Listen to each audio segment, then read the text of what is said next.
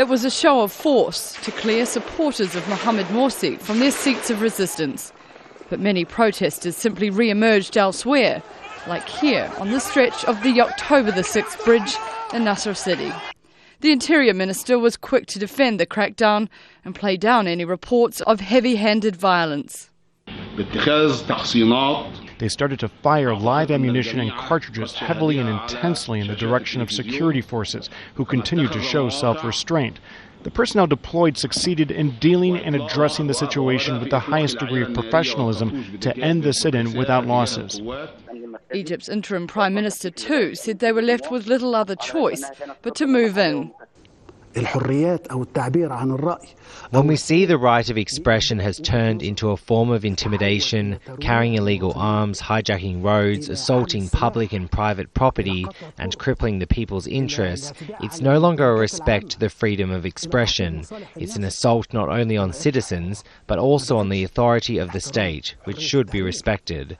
There's a growing sense of unease for many in Egypt at the actions of the military-backed government, as the numbers of dead and injured grow. But if those on the streets were angry at the bloodshed, so too were important members of the leadership. The interim Vice President, Mohamed al-Baradei, resigned in protest.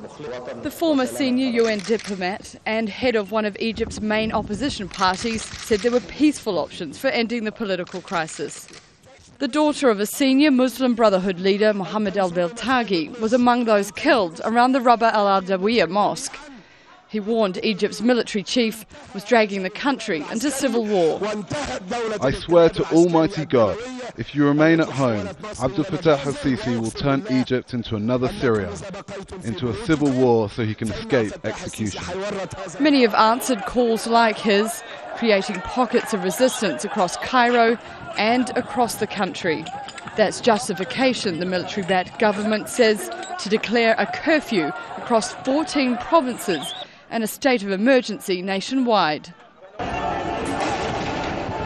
The president also instructed the armed forces to assist the police in taking whatever measures necessary to preserve security and order, protecting public and private property and the lives of citizens.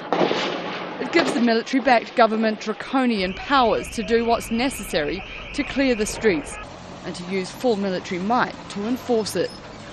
But this is a stand that many are prepared to die for. Such declarations will do little to stop Egyptians from flooding onto the streets. Erica Wood, Al Jazeera. Well, earlier we spoke to Mohamed Sudan of Mohamed Morsi's Freedom and Justice Party. He gave us his reaction to the Interior Minister's speech. Just to kill at least 2,600 people in a few hours, that was never happened before, even in the war of 1973 against the Israeli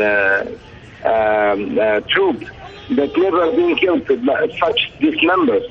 And then one day doing this just in one day, and at the end of the day they raid the field hospitals and they burn all the corpses in the front of the people.